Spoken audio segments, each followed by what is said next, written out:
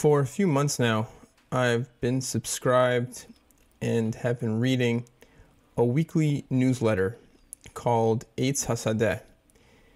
The name Etz Hasadeh literally means tree of the field, and it derives from a very enigmatic verse in Deuteronomy, a verse that has been translated in numerous different ways, but says something along the lines that occupying forces, occupying armies, shouldn't chop down trees during a siege, during a time of war, because trees are not people and are unable to run away.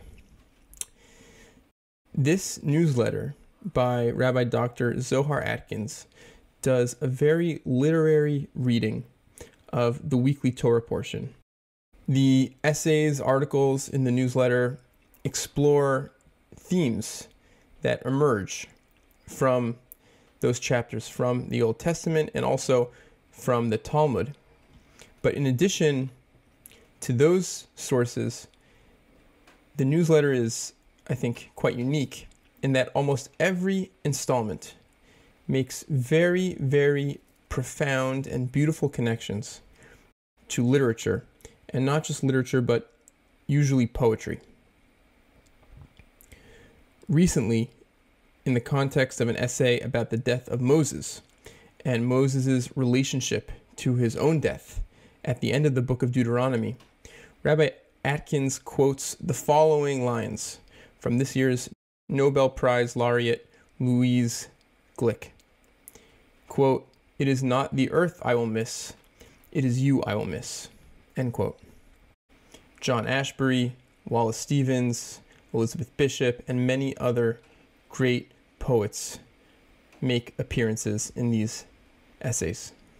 To give a specific example of the kind of connections that Rabbi Atkins is making, when writing about Moses' prayer to God, also in Deuteronomy, Moses says, quote, "May my discourse come down as the rain, my speech distill as the dew." End quote. Rabbi Atkins reflects on the way this is a kind of meta prayer. This is a prayer about prayer. And he compares this to the way the Iliad opens with the invocation of the muse, sing muse. And he compares this prayer to the following lines of poetry, where Gerard Manley Hopkins describes the nature of his poetic inspiration. Quote, "I want the one rapture of an inspiration. Oh, then, if in my lagging lines you miss the roll, the rise, the carol, the creation, my winter world that scarcely breathes that bliss, now yields you with some sighs our explanation." End quote. To give you a sense of Rabbi Atkins' prose style, this is him writing about the Ark of the Covenant, and perhaps this is him writing about our relationship with our religious texts or religious traditions more generally. Quote, "As anyone who has watched Indiana Jones, Raiders of the Lost Ark, knows, the Ark of the Covenant is one of those objects, like the Tree of Life, the Holy Grail, the Fountain of Youth, the Sorcerer's Stone, and perhaps Moby Dick, that if we could just find or possess them, would help us bridge the divide between reality and fantasy, carnality and allegory, fact and parable. The allure of the spiritual treasure hunt that excites the child in us is the promise that we might discover, with the help of a map and a compass, a destination whose coordinates lie beyond the physical world, yet whose pleasures remain embodied." End quote. One of the themes that comes up a few times in these essays, and is a theme that resonates deeply with me, and a theme that I think about, is the feeling, the sensation of distance or disconnection. In writing about our relationship to the Torah, Rabbi Atkins writes, quote, "The Torah we read today is a present absence and an absent presence, but there is continuity through loss, in part because the Torah hints that it was always this way. On a more mystical level, I think the Torah attains a greater splendor as it moves away from its origin, just as Sappho's poetry, once whole, now seems intentionally fragmented, the white space and brackets a more perfect articulation of the eros that moved her to write. End quote. More recently, Rabbi Dr. Zohar Atkins started a new project, a project that is not specifically biblical or Talmudic in nature, but it's a philosophical project. The project is called What is Called Thinking. I will leave a link to this kind of blog in the description box. And over the course of our discussion, I asked Rabbi Atkins about this project and why he started it, and I express in my own words why it's so special and unique to me personally. And also Rabbi Atkins explains the title, the name of the project, What is Called Thinking. But it's a project about philosophy. It's a project that encourages people to engage with philosophical questions. In an Etz Hasadeh essay that Rabbi Atkins wrote about the laws surrounding lost objects in the Torah, Rabbi Atkins reflects on the nature of philosophy. And I think this is helpful in appreciating Rabbi Atkins's worldview and gives a sense of the kind of thing he's trying to accomplish in his What is Called Thinking project. Quote, Adorno describes philosophy as a kind of lost object, still lying around, awaiting its fulfillment in the good life and just society, of which it was supposed to be a mark. Plato describes the human soul as a maimed butterfly, barely cognizant of its broken wings. But the beauty which we see, Plato writes, awakens us to the painful realization of how far we are from what is truly beautiful, and makes us want to soar toward transcendent heights. For both Adorno and Plato, alienation is a marker of human existence. All we may get are brief moments in which we are reunited with ourselves. But time is entropy, and entropy is loss. There is no end in our experience to the process of falling and returning, losing and discovering. End quote. I was very excited to have this conversation with Rabbi Atkins, and I really wanted to use this opportunity, to seize this opportunity, to really ask him every hard existential question I could think of. I wanted to ask him questions about the nature of art and morality and what it means to live a evolved and spiritual kind of life. I'm really happy with the way this conversation went. I found it very useful and very inspiring, and I hope you will enjoy this conversation as much as I did, and I really hope you will check out and explore the What is Called Thinking project. One final footnote before we jump into the conversation. At the very beginning of the conversation, I ask a question which references Aristotle's four causes.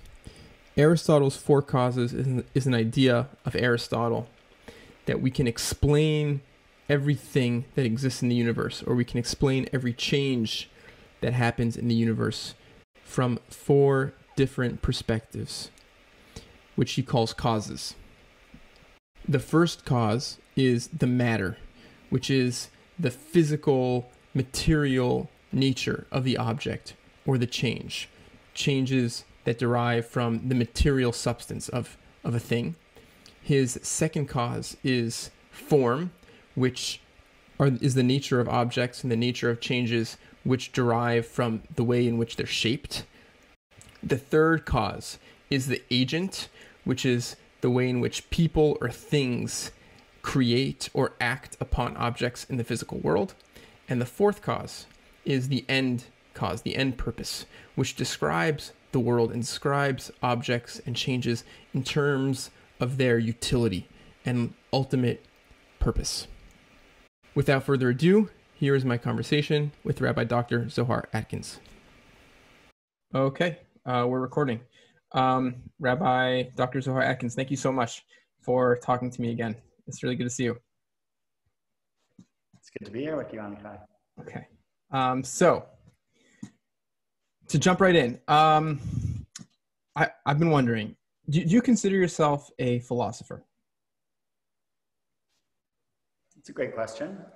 Simple answer is yeah. Deeper answer is more complex, I'm sure. Okay. I think back to when I took philosophy courses in my undergraduate days. I remember, for example, one of the introductory philosophy 101 ideas that everyone learns and has stuck with me is like Aristotle's four causes. He has this idea that like everything emanates from four causes, like matter, form, agent, and end. So as an undergraduate student, like learning something like this, like what am I supposed to think? Like, is Aristotle right? Is he wrong? Is he neither right nor wrong? Like what is that? It's a great question. I don't have a definitive answer. I think there's so many ways you can relate to that, and more generally, kind of how do you make sense of the theories of ancients that have been disproven or replaced by more modern scientific ones? Can we learn anything from falsified theories? So I think firstly, you can just appreciate the beauty of his universe, even if it's less effective than, let's say, the Newtonian universe that replaced it, or the Einsteinian one. Just that somebody could come up with such a coherent view on the world, I think should give you humility. The fact that it was replaced by another worldview should make you consider that your worldview could also be replaced one day by a better one. That's the thesis of Thomas Kuhn, for instance, and his notion of paradigm shifts. So Aristotle's worldview held up for over 1,000 years. And it makes a lot of intuitive sense, and it's deeply elegant. So even if it's wrong, I think that in and of itself should give us pause. Secondly, even if it's not the best way to account for how things work at, let's say, the level of engineering, there's a poetic way in which I think it still holds up, which is, especially his notion of the final cause, that things have an end or a purpose. That in many ways does hold up, in the sense that once you know what you're trying to accomplish, design follows from that. So maybe it doesn't explain in a literal causal sense why things are the way they are, but in a kind of higher metaphysical sense, I think the notion of final causes is absolutely useful. And certainly for thinking about your own life. Maybe, the existentialism would say our final cause is not predetermined, it's up to us, but that we have to set ourselves a final cause remains true. Mm-hmm. And that's a theme that I really love in your writings. And I've had the pleasure of reading quite a bit of things that you've written philosophically. Also, your Etz Hasadeh newsletter is another example of where I feel like you do a good job of trying to find existential implications for these kinds of topics. In Talmud, you cut out? Okay, good. Sorry, there's a little maybe an internet connectivity issue, but that's okay. We'll make do. In Talmud, we have this notion of Zev v'zeh divrei Elohim Chaim. I think it probably comes up just a few times in the course of the Talmud. But the translation is that both opinions, despite the fact that they are apparently can't be irreconcilable, are both true in some sense. Does a notion like that carry over to philosophy? That dovetails nicely with the first question, in the sense of Aristotle can be both right and wrong at the same time. Mm-hmm. Right? He can write about certain aspects of human nature and yet wrong about matters of, let's say, science. So I think Elu ve'elu divrei Elohim hayim, that contradictory views each have something to teach, is a very useful heuristic for reading philosophy, because if it weren't, right, then we would only read, I don't know, the most cutting edge contemporary stuff, and we would abandon the history of philosophy. Mm-hmm. So I think philosophy and Judaism share something in common, at least how I relate to them, which is appreciation for tradition, appreciation for the ancients, even when their questions were better than their answers. Mm. So in terms of the specifics of, I don't know, the law of non-contradiction, right? That's the philosophical challenge to how can they both be right? You have to pick one, is the logical principle of non-contradiction. But when it comes to Elu Elu Divrei Elohim Chaim, these and these are the words of the living God, that is used not to refer to logical truths, but that's used to refer generally, I would say, to like worldviews. Mm-hmm. And worldviews are subjective. So, to take a modern example from, let's say, cognitive science, you've probably seen, and many of the listeners will have seen the rabbit duck optical illusion, or like the witch hourglass optical illusion. And there are many such examples also in audio, where two people can listen to the same thing and hear a different word. So in that very basic sense, these and these are the words of the living God, is just to say, we're wired differently to pick out different patterns, both patterns in here, in the object, but from the subjective experience, we can only hold one at the same time. I think that's very useful for engaging people who don't see things the way that you do.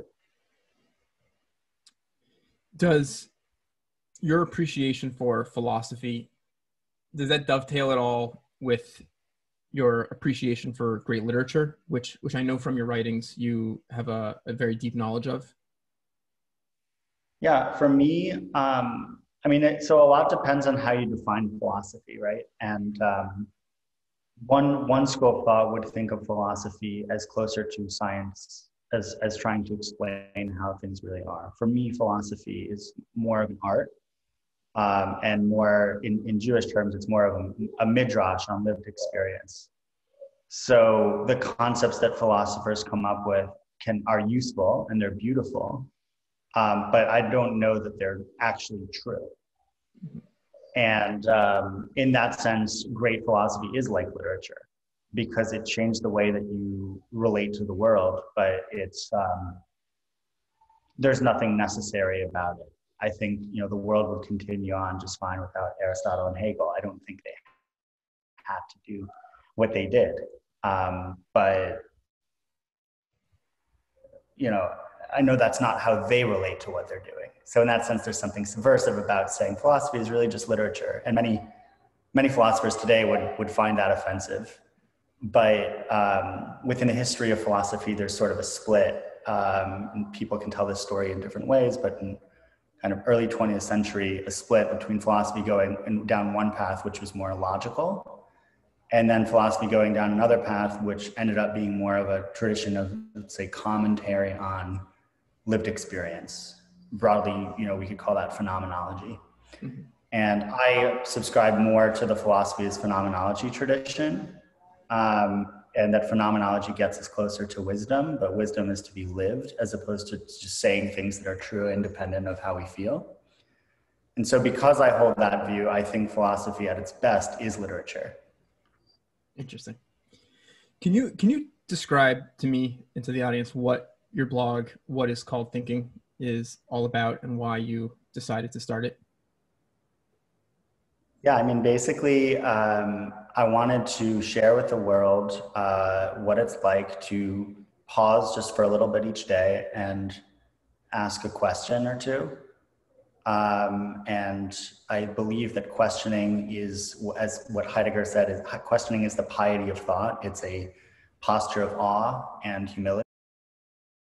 And I wanted to inspire people not just to kind of follow my own rabbit hole of thinking, but really just to see questioning as something available to them. And also in the course of a day, we have so many thoughts, and it's a way to capture the open-endedness of thought. I think meditation is another way, but that's more passive. It's observing your thoughts. And this is a more active way of saying, well, what if I kind of followed that thought a little bit further than I normally would, instead of just sweeping it under the rug? Yeah, on a personal note, I'll just add, speaking, from the heart, that coming across that blog was a really nice experience, because it encouraged me, like you said, sort of echo, like to focus on thoughts that would otherwise maybe come in and out of my head, and to actually, like you said, just sit with them a little bit more and try to appreciate these questions, as they that otherwise I think we tend to ignore. Thank you. I'll just say one other thing. The blog takes its title, What is Called Thinking, from Heidegger, who wrote a book on that with that name. And Heidegger says in the introduction to What is Called Thinking, the most perplexing thought in our thought perplexing age is that we are still not yet thinking. So, I think in that sense, one cannot think deeply enough. And this is an attempt to use everyday examples from reading, from observation, not to sort of conclude anything, but just to get us to appreciate this other dimension of thinking, which is closer to contemplation. Because I think in the modern age, and in our age, we tend to think of thinking mostly as a utility or a technique or a technology, something that allows us to get better results. And while I believe that that is one avenue for thinking, I don't believe that that is the justification for it or its fundamental kind of contribution. So this blog, and I guess the fact that it's a blog means I've conceded to tech, but at the same time, it's a nod back towards a kind of medieval and ancient tradition of contemplation.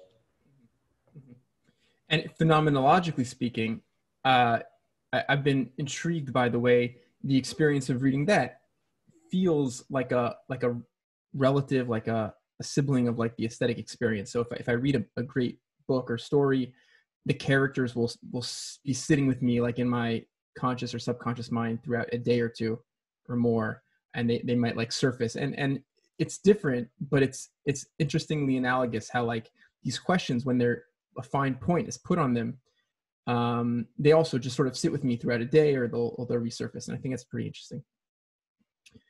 Sure. I mean, in terms of genre, right, it's written sort of in the first person, but as any writer knows who writes in the first person, you are not really the same as the I that you enter into when writing. So in that sense, it's kind of like a epistolary novel written in the first person. Mm-hmm. And these are my letters or my journal diaries to myself or to someone, and that in of itself kind of turns me or my persona into a fictional character. Yeah, that's very interesting. Yeah. Do you meditate? I do, yeah. Why? Mm-hmm. Most basically because it feels amazing to have meditated. Mm-hmm. In addition, I would say, because obviously the experience of meditation itself is not always enjoyable, but the ability to not be reactive as much, and I'm still very vulnerable to emotional reactivity, just as the next person. And I don't aspire to be a so-called master of meditation, but as an amateur, I find that it allows me to have a couple steps removed from myself, and that makes me feel more skillful in the way that I kind of walk around and interact with people, and more appreciative of my surroundings. Mm-hmm. So I'm not going to give the whole physical spiel about how the self doesn't exist and all that, because I think meditation also does induce that, but I wouldn't say that I crave the experience of dissolving my ego. Well, that would be a paradox. That's true. But I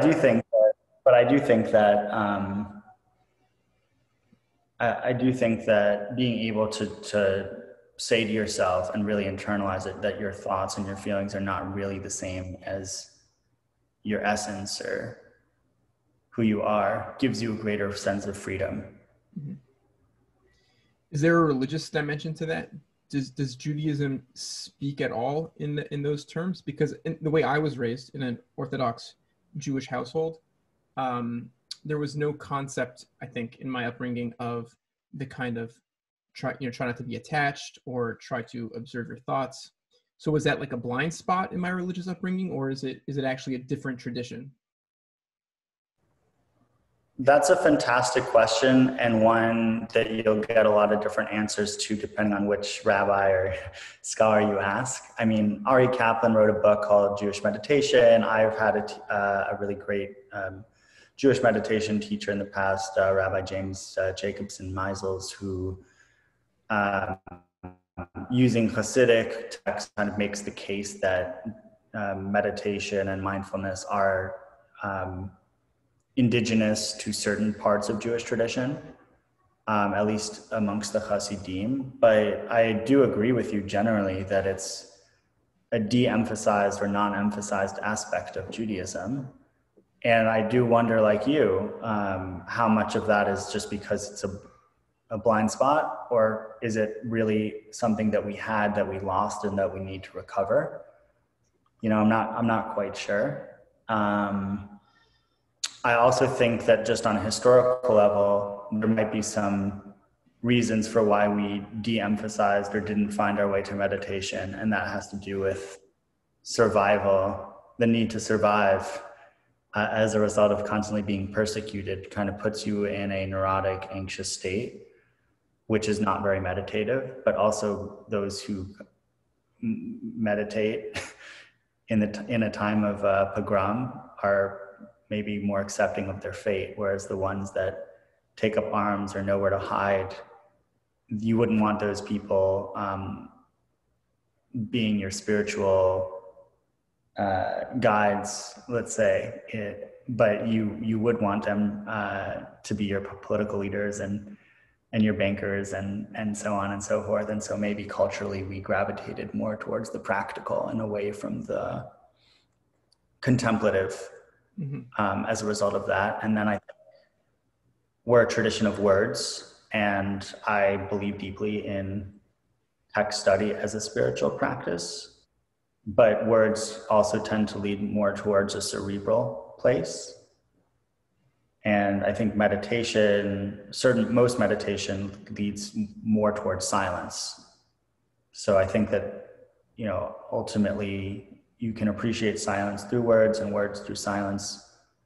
But if you had to draw a binary, you know, your average Buddhist you're not going to want to listen to them give a great lecture, because, you know, what are they going to say? They're just going to be quiet or tell you a koan, and you'll be very animated by a very exciting, you know, intellectual heavy hitter, but are you going to want to sit with them in quiet? Probably not. They might be uncomfortable just sitting with the silence. Yeah. On your blog, what is called thinking, there's all sorts of questions that cause me to think about, you know, how I should focus and live my life. You know, what are my values? One that sticks with me, but this is an example of many similar ones. You know, to what extent do we want to be attached to things? And all sorts of interesting, you know, questions like that. Do you think of these as moral questions? Are there moral implications to these kind of questions? Maybe it'll be helpful to point to some more specific examples. Like you have recently from today, you know, how convincible should we be? How open should we be to new opinions? Do these have moral dimensions, these questions? I think it really depends on how you define moral. Sorry, I keep responding with it depends how you define, which is the kind of annoying philosophical No, it's the right answer. It's a good answer. I mean, if morality is sort of a prescriptive system of rules, if, let's say, the good life is path dependent on following those rules, then I don't think of these as moral. But if morality is about living with self-reflection and intentionality, and is more path independent as to what conclusions you come to, then I do think it is moral. So I mean, some of my questions push my argument more in one direction, but I tried not to be rhetorical in my questioning, but to get you, the reader, to think about what your answer is. So I don't really, I'm not asking people to be more convincible or less convincible. Let's say, to take that example, or yesterday I asked, should sages get degrees, which is about credentialism, essentially. I don't think I'm making an argument that we should be more in favor of credentialism or less in favor of it. In that sense, it's value neutral. I just want people to appreciate these conundrums and these dilemmas so that on a meta level, we can be more humble about our options, about people who disagree with us, and also more confident in making decisions. Because I feel like a lot of decision fatigue comes from not accepting the trade-offs. But there's a lot of relief that comes from just saying, yeah, this is my path and I'm going to take it. Mm-hmm. Because for some of these questions, and I think I keep coming back to it because it's something that personally, subjectively, I've been thinking a lot about recently, which is this question of detachment, this question of seeking out a sort of inner equanimity, which is independent of whatever's happening around you. I think many people who are very much on that path, I don't really consider myself on that path, but people who are very much on that path would frame that as a moral virtue, I would think. I could be wrong. You can tell me if I'm wrong. That's possible. And I think they would also, perhaps, many people would frame that as a net benefit for the world. You know, as more people make these decisions of seeking some sort of spiritual enlightenment or evolved consciousness, the world as a whole can evolve. And so this is just a question that I've been thinking a lot about. I'm curious to hear what you would think about that. Well, I do think it's great if people seek equanimity and want to share their equanimity with others, just as I think if people want to cultivate any midah, any attribute that's a virtue, and share that with the world, that's positive. But I'm not so single-minded or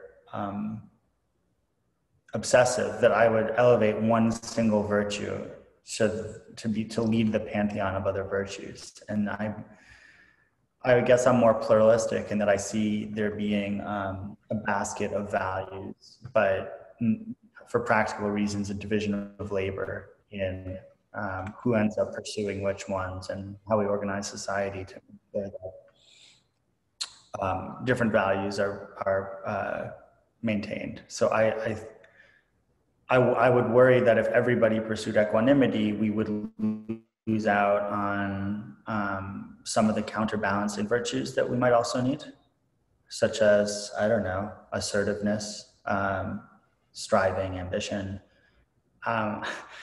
In my own life, I think I try to find balance and moderation, which is an Aristotelian virtue, rather than, let's say, to be the best at one thing. But the consequence of trying to be the best at one thing and making that thing that you're the best at the thing that you want others to strive for, I think that leads to a kind of totalitarianism. Mm. And I don't want to call it corruption, because I think you can have, in theory, benevolent dictators. But that was what Plato did when he imagined a republic ruled by philosopher kings. So how would it be any different if our world were ruled by, I don't know, meditation kings or rabbi kings? Mm-hmm. Yeah. I think in the interest of liberty and democracy, we should risk being more relativistic and privatize these values so that we can get along. Otherwise, it's hard to see how it doesn't lead to coercion. I think that's a wonderful place to end. I think it's really a really beautiful sentiment. Before we go, is there any either final thoughts you want to give about the project, about anything else that you're doing? And if you want, I'm springing this on you for the first time. Is there any book recommendation you want to give me that you think could sort of cultivate this kind of life of questioning? Well, I recently read James P. Carse wrote a book called Finite and Infinite Games, which I just found to be a delightful, very easy read, but he's a thoughtful philosopher. He recently passed away in 2020. And I won't summarize it here, it'll take too long, but I think the idea is that we should aspire to live a life of freedom rather than a life of competitiveness. And so we live in a competitive world where we're constantly trying to win at something, whether it's, you know, a degree or a salary or a job or whatever. But that if you can get out of this kind of scarcity mindset and this mindset of ranking yourself against some standard and not think about life in terms of winning and losing, but just in terms of as play, as a game whose value is to keep the game alive and nothing more. I think that that's a very healthy way to live and one I try to remember. And in terms of the writing projects that I do, yeah, so on the Torah side, I wanna share the love of reading ancient texts and Jewish texts through the lens of lived experience and through the lens of philosophy and literature, and show that you know, you can have fun and you can find yourself even in a text that might have many barriers to entry in terms of being old and being different in its belief system or its philosophical system. I personally think the Torah is an everlasting document with eternal wisdom and that it's inexhaustible. But it's possible that there are other texts that have that quality, and if you can find one, that's also good. For me, it's the Torah. And on the philosophical side, I want to, again, I think, turn philosophy away from being a minority sociological pocket of society that exists only in academia, and allow the everyday person, I mean, the person who works and the person who's a doer, to consider that you also can be a philosopher. You don't need a PhD. You don't need to have read the great books. I mean, it's certainly great to read them, but anyone can be philosophical if they stop to care about why things are the way they are. And I teach, you know, I lead small groups in various kinds of learning, and I teach one-on-one. And if you're interested in anything that I've said, and you want to, you know, learn from me, either on an existential kind of life coachy level or in a more tutorial kind of educational role, I'm happy to be of service. Amazing. Rabbi Dr. Zohar Atkins, thank you so much. Thank you, Amichai.